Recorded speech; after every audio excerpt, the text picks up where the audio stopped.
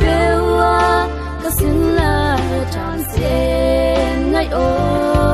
lung zon sai la khao bang hong wal ni e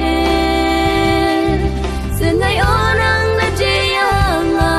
samang zalin nung nom nei zong ke mo nang vang ngai sol bang vul zeli kalai lung mol man na yang ngai sen in tui bang ngom ngom lo ya la ya na e sen ngai lung je ngil mo sen ngai lo dan pi pu ten sen a ngai tin ken song kong il chei tuan diam tin pa zo tam to ni diam ka le song wo ngai ka sin la ya tul chei lo sen tong sa sen ngai o nang na che yang a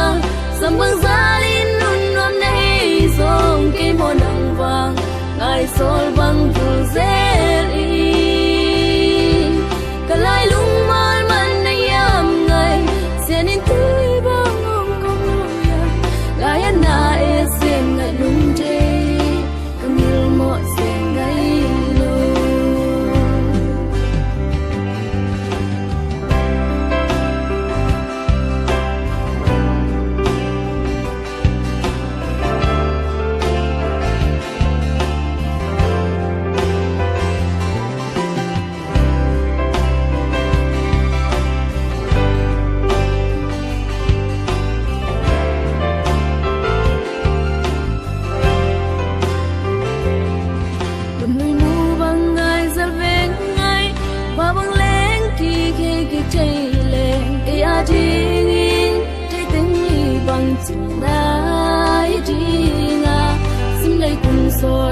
qua băng hình toàn ní